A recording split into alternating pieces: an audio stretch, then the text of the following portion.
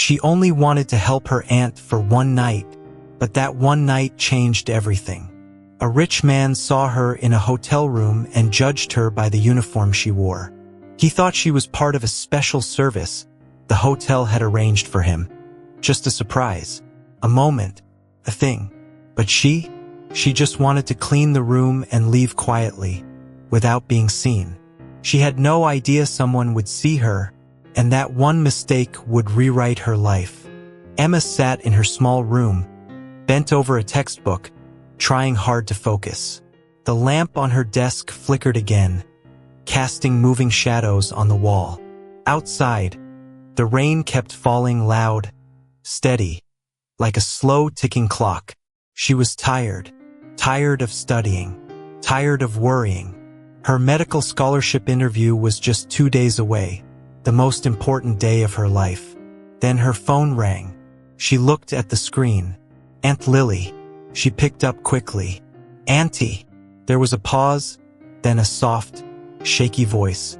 "Emma, I fell. I think I twisted my ankle. I can't go in tonight." Emma sat up straight. "What? Are you okay? Where are you now?" "I'm at home," her aunt whispered, trying not to cry. "If I miss this shift, they might cancel my contract. I'm still on probation. They already let 2 cleaners go last week." Emma's heart dropped. Aunt Lily had been working so hard to keep her job at Grand Avalon, the most expensive hotel in the city. It was their only steady income since Emma's parents passed away. This job wasn't just for Lily, it was for both of them. "I don't know what to do," her aunt said softly. "Emma, could you please go in for me? Just this once? Just clean a few rooms. Please." Emma froze. Her heart pounded. She had hours of study left. Her future was riding on this scholarship. But Aunt Lily had given up everything for her. Now she was asking for one night. Emma walked to the window. Outside, the city lights were blurred by the rain. Everything looked cold, wet, and distant, like her choices. Then, in a quiet voice, she said, "Okay, I'll do it." Her aunt broke into tears. "Emma, thank you. You don't know what this means to me." The uniform was hanging behind the door. It was too big for Emma, the sleeves long, the cloth rough. She tied her hair in a low bun, like her aunt always did. She clipped the staff ID to her jacket. Then she stood in front of the mirror and looked at herself. She didn't look like a medical student anymore. She looked like a hotel cleaner, a stranger. "Just one night," she whispered. "I'll clean the rooms and leave. No one will even notice me." The bus ride to the hotel felt longer than usual. Emma sat quietly, hugging her bag close, watching the city pass by through wet windows. When she reached the Grand Avalon, she stood at the back entrance, staring up at the giant hotel that looked more like a castle. "I don't belong here," she said under her breath. But she swiped the ID and stepped inside. The air was cold and smelled like lemon polish and money. A tired supervisor looked at her and said without emotion, "You're late. Executive floors. 10th and 16th. Clean quick. Be thorough." He handed her a cart and walked away. Emma gripped the handle tightly and pushed it into the elevator. Her hands were cold. Her heart was loud. "Just clean the rooms," she told herself. "Then go home. No one will see you." But that night, someone would see her. Someone who would mistake her for something she wasn't.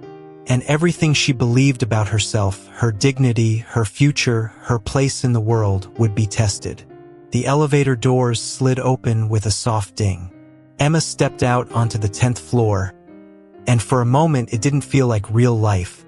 The hallway was quiet and warm, carpeted in deep blue with golden trim. Crystal wall lights glowed softly, like something out of a movie. Every step she took felt too loud, every breath too shaky. She clutched the cleaning cart tighter. The air smelled expensive, like eucalyptus, marble, and secrets. She had listened to her aunt talk about this floor 100 times over dinner. The guests here aren't just rich, her aunt would say. They're powerful. CEOs, politicians, heirs. One mistake and you're gone. And now here Emma was, pretending to be Lily. Her first room was 1501. She swiped the master keycard and quietly slipped inside. It was empty, just like her aunt's schedule had noted. No guests. Just luxury. The room was breathtaking.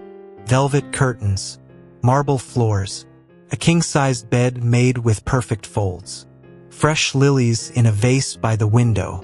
For a moment, Emma forgot why she was there. She just looked around, in awe of how different this world was from her own. Then she whispered to herself, "Focus, Emma. Don't mess this up." She got to work. Trash out, towels replaced, surfaces wiped, mirror cleaned, toiletries aligned with perfect spacing, vacuum slow and careful. Every move was guided by memory. Her aunt's stories of how to clean like no one was ever there. But Emma wasn't fast. She was nervous. Every time she heard a door click down the hall or voices in the distance, her heart jumped into her throat. What if someone stops me? What if they realize I don't belong? The fear followed her, step by step, like a shadow. She had just finished aligning the tea tray when the walkie-talkie on her cart crackled. Anyone available on 10? Emergency cleaning request, presidential suite on 16. Guest checked out early. Needs reset before next VIP arrives. Silence. No one responded. Emma stared at the walkie-talkie. Her hands trembled. Then slowly, she picked it up. "I can do it," she said. "I just finished 1501. A short pause. "Copy that. Room 6001. Use private elevator if needed. Be quick." Next guest could arrive anytime. Emma swallowed hard. The presidential suite? Her aunt had talked about it like it was sacred. It wasn't a hotel room. It was a world of its own. Back in the elevator, the numbers ticked upward. 10, 11, 12. With each floor, Emma felt the weight in her chest grow heavier. What if she ruined something? What if she broke a rule she didn't know about? Ding. The 16th floor was silent. Only 4 rooms. The hallway was wide and covered in thick cream carpet. Paintings on the walls, real ones, not prints. Soft music played from hidden speakers, and everything smelled like warm wood and expensive perfume. She walked toward the door with the golden plaque, the Hart Presidential Suite. It was slightly open. She took a breath, pushed it open, and froze. The room looked like it belonged to royalty. Floor-to-ceiling windows looked out over the stormy skyline. A fireplace glowed softly near the far wall. A grand piano stood untouched in the corner. Everything, from the chandeliers to the bookshelves, was polished, rich, and quiet. Emma didn't move. Her breath caught in her throat. "Just clean it," she whispered to herself. Like any other room, she moved carefully, almost reverently.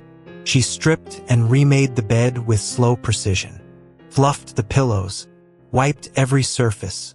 She arranged the towels and spa products like surgical tools. She didn't belong here, but for a moment it felt like she did. Like maybe, just maybe, someone would see her and think she could belong. She was wiping the edge of the marble fireplace, kneeling quietly on the floor, when she heard the soft click of the suite door. She froze.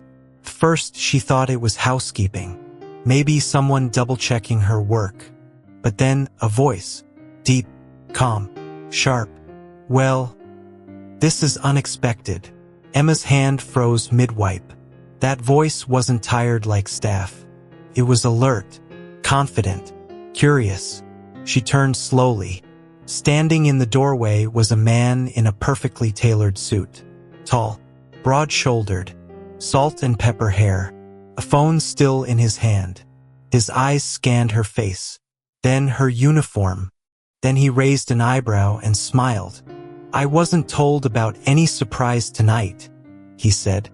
But I suppose Grand Avalon still knows how to treat their top clients. Emma stood frozen. Her hands still gripped the cloth she was using to clean the fireplace, but her fingers had gone numb. The man in front of her didn't look surprised to see her. He looked amused. He stepped further into the room and closed the door behind him with a soft click. The sound felt louder than thunder in Emma's ears. "No need to be nervous," he said, setting his phone down casually on a marble side table. "They've done this before, though usually it's a little more obvious." Emma blinked. She didn't understand what he was talking about. I was just finishing," she said softly, standing up quickly. "I'll leave now, sir." He tilted his head slightly, watching her.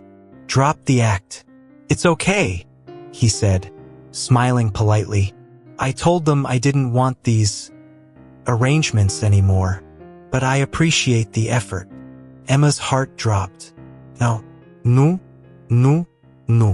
She looked down at her faded uniform, then back at him. Her aunt's ID badge still clipped to her jacket. The tools on the cart. Her shaking hands. And yet, this man thought she was something else. "I'm not," she began. He cut her off gently. "You're very convincing, though. The lost look, the quiet presence, the oversized uniform. Honestly, it's kind of charming. More subtle than usual." His smile was smooth, his tone relaxed, like he was complimenting her performance. Emma couldn't speak. Her throat felt tight. Her face burned. He stepped closer. "Listen, I had a long day. I'm not looking for anything complicated. Just a quiet evening. You don't need to act." She took a step back. Her back touched the corner of the bed. "I'm not acting," she said finally. Her voice cracked, but her eyes stayed locked on his. "I'm not whatever you think I am." He paused. For the first time, his confident look wavered. Emma took a breath. A deep one. Painful one. "I'm just cleaning this room," she whispered, "because my aunt couldn't make it, and I wanted to help her. That's all." He blinked, slowly, as if trying to make sense of her words. Then he said, softly, almost unsure, "Wait, you're serious?" Emma nodded. Tears were already forming in her eyes, but she didn't let them fall. "Not yet. I'm not a service. I'm not part of your evening. I'm not for sale." Her voice shook, but her words were sharp, like glass wrapped in cloth. "I was just trying to do something good." He looked down, at her hands, at her cart, at the badge on her chest that read Lily Mendez. Realization hit him like a wave. Not all at once, but slowly, painfully. She turned to leave, quickly before he could say anything more. Her hand caught the edge of the cart as she passed it. "Wait," he called after her, but she was already at the door. Her back straight, her hands shaking. She didn't look at him. She didn't say goodbye. She just left, one step at a time, out of a room that had broken something inside her. In the hallway, the lights felt too bright. Emma's breath came fast and uneven. She kept walking, down the long hallway, past the expensive paintings, past the scent of roses and wood and money, down the service stairs. Her tears came then, hot, unstoppable, furious. She didn't deserve that. She didn't deserve any of that. All she wanted was to help her aunt, clean a few rooms, go home. But instead, she had been seen as something cheap, something dirty. Her hands, the same hands she used to bandage patients during her clinic work, had been mistaken for something else. Back in the suite, Alexander Hart, the billionaire CEO, stood completely still. He stared at the door she had just walked out of. Then slowly he looked down. He picked up the ID badge. Lily Mendez. He turned it over. The picture was clearly not her. It was an older woman, likely her aunt. His chest tightened. He walked over to the window, where rain still tapped gently against the glass. His own words replayed in his mind, casual, arrogant. Wrong. He had misjudged her. Worse, he had humiliated someone innocent. He was used to lies, manipulation, deals, favors. But tonight, she wasn't any of those things. She was real, and he had crushed something in her eyes. The room was quiet now. Too quiet. Alexander Hart stood in the middle of the grand suite, still holding the ID badge. The same marble walls that once felt powerful now felt like they were closing in on him. The fire in the hearth had burned out, but the warmth on his face wasn't from the flames. It was from shame. He wasn't a man who second-guessed himself. He didn't need to. He had made a life out of being right, out of reading people before they had a chance to speak. But tonight, he had been completely, painfully wrong.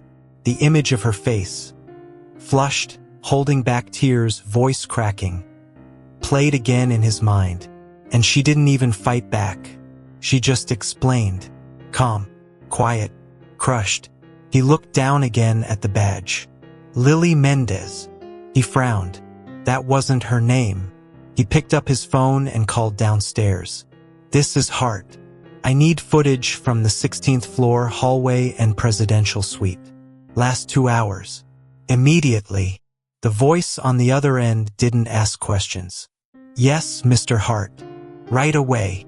10 minutes later, Alexander sat in a private office next to security, watching footage on a monitor. He watched her, the girl, not a guest, not a performer, just a young woman.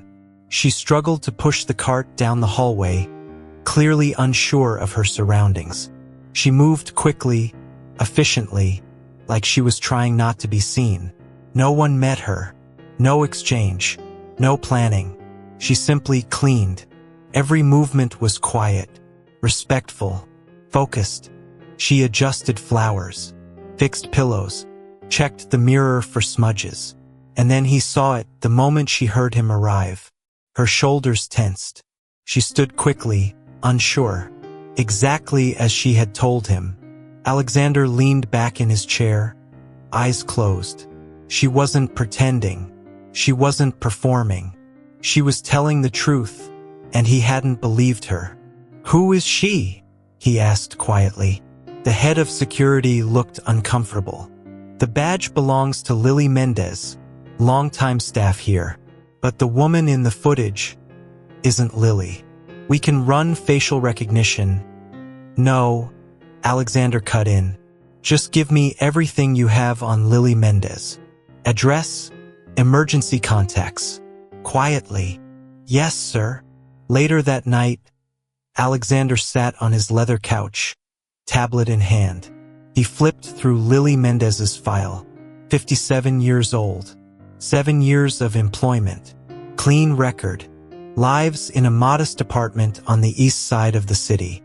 One emergency contact listed, Emma Mendez. There it was. Her name, Emma. He whispered it like it meant something more than just 5 letters. Emma. Not a stranger. Not a lie. Not a surprise arrangement. A niece helping her injured aunt. Helping. Just helping. He stood, suddenly overwhelmed by the need to do something. Anything.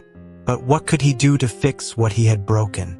The next morning, he was standing in front of a faded green door in a narrow hallway of a low-income apartment building. The air smelled like damp laundry and boiled vegetables. The walls were cracked in places. Children's voices echoed faintly from the stairwell. Alexander adjusted his coat collar and knocked twice. The door opened slowly. A woman in her late 50s peeked out, leaning slightly on a cane. She blinked in surprise. Mr. Hart. He nodded gently. You must be Ms. Mendez. She opened the door wider. Come in. Forgive the mess. My ankle's still healing. The apartment was small but neat.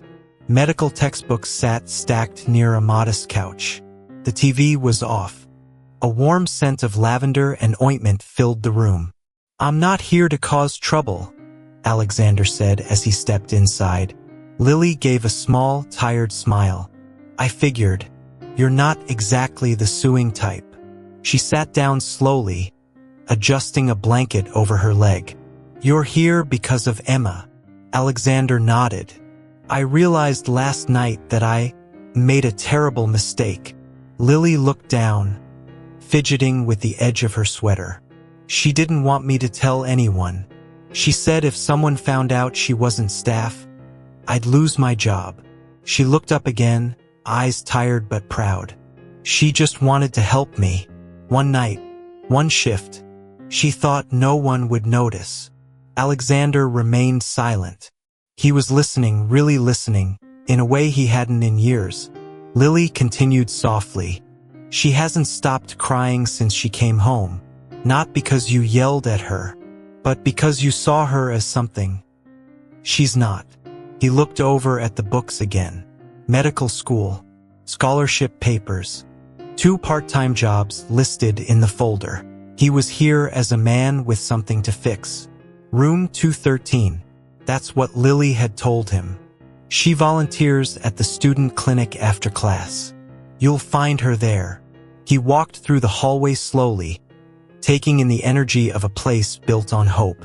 Then he reached the glass window outside the free clinic. And there she was, Emma. She wore a slightly oversized white coat. Her hair was tied back neatly. She sat at a desk, carefully sorting medicine into labeled guarded. "I came to apologize," Alexander said. She hesitated, her fingers curling slightly around the edge of the desk. "If you're here to report me or my aunt." "No," he cut in. "Never." He took a small step forward, then stopped, keeping distance. "I watched the footage," he said. "I saw how you worked, how you moved, how careful you were. You weren't pretending. You were just doing your job, helping someone." Emma didn't speak. Her eyes were full, like she was holding something heavy in her chest. "I misjudged you," Alexander said. "Horribly." He looked down, then back up. "I've spent so long around people who only want something from me. I forgot how to see those who just want to do the right thing." Emma blinked quickly. A tear slipped from her eye, but she turned away before he could see more. They stood in silence. "I just wanted to help my aunt. That's all." "I know," he said gently. "And you did more than help her. You reminded me that not everything in this world has a price." She looked at him now, really looked, not as a CEO, not as the man who had humiliated her, but as someone who had learned. The next day, Emma received a message. "Would you be available for lunch tomorrow? There's something I'd like to discuss." No pressure. She stared at it for a moment, then typed back, "Okay, noon. Perfect." The cafe wasn't fancy. In fact, it was her favorite little place near campus. The coffee was too strong, the chairs wobbled, but the sunlight hit just right. And there he was, already sitting, waiting, 2 cups on the table. "You remembered?" He smiled, quiet and sincere. "I try to remember important things." They talked about school, about long shifts, about the chaos of surviving while trying to chase dreams. And midway through, he reached into his coat and pulled out a folder. He placed it on the table between them. "This is from the Heart Foundation," he said. "We've launched a scholarship for medical students who show exceptional resilience and character." He pushed it gently toward her. "It covers tuition, living costs, and comes with research opportunities across our global health programs." Emma stared at it. Her name was printed on the first page. "I can't accept this just because you feel guilty," she said quietly. Alexander looked at her, eyes steady. "It's not guilt," he said. "It's respect. You didn't just clean a room that night. You reminded me how strength can be quiet, how dignity doesn't need to shout." She opened the folder with shaking hands. Her chest tightened. A breath caught in her throat. They sat in silence for a while after that. Not awkward, just full. Words weren't needed.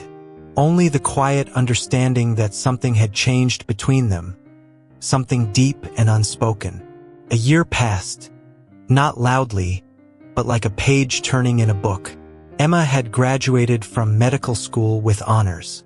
Her white coat ceremony wasn't marked by cameras or headlines, just proud silence, a warm hug from Aunt Lily, and a heart full of gratitude. She now worked as an intern at a respected city hospital.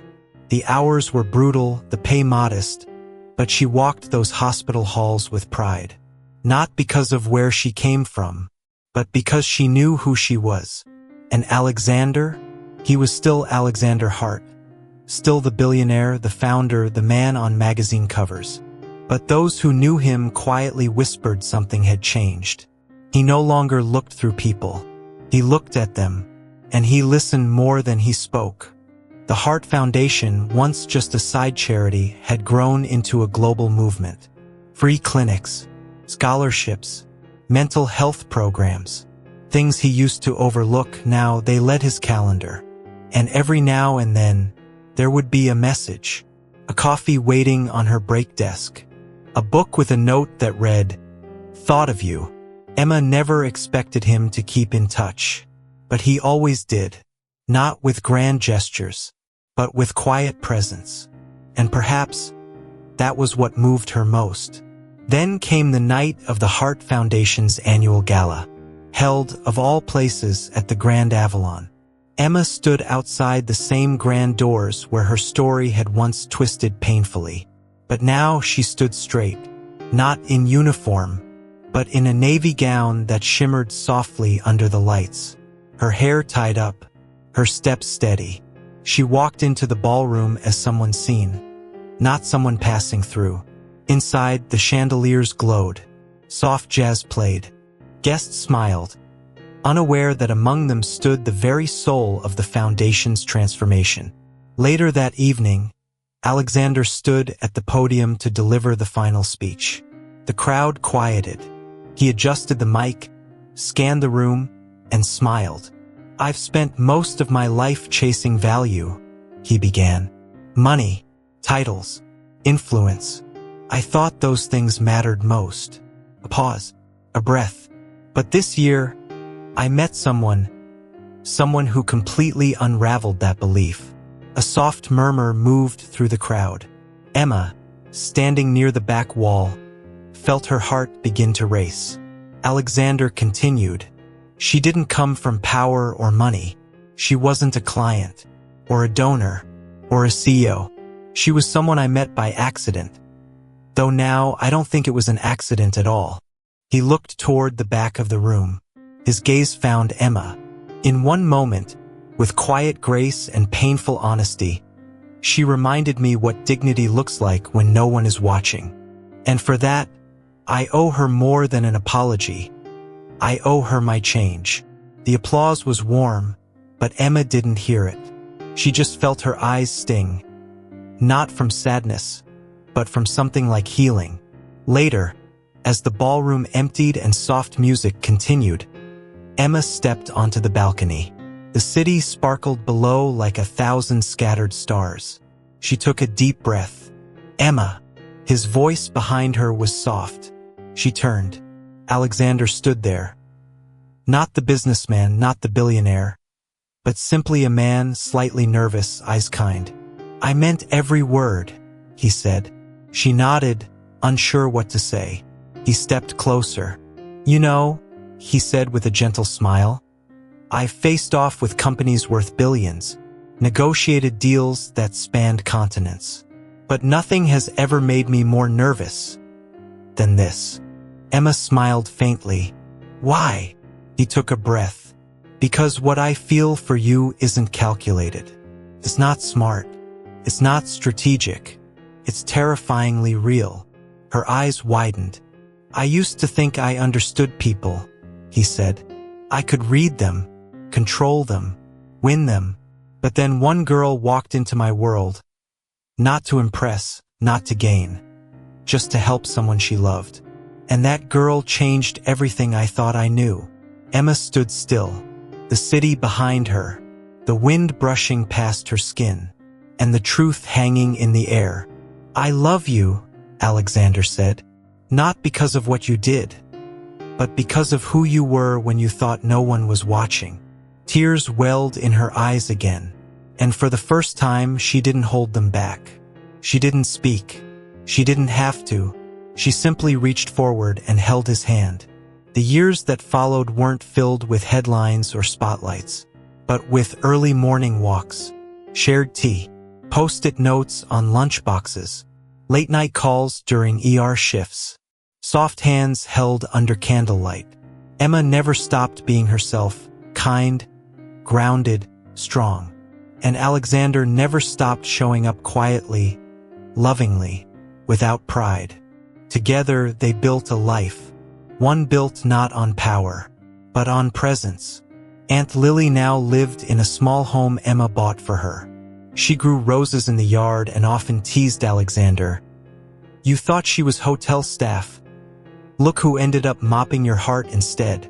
They would all laugh, and Alexander would smile, humbled and grateful. Years later, at the opening of a children's hospital funded by the Heart Foundation, Alexander stood again at a podium.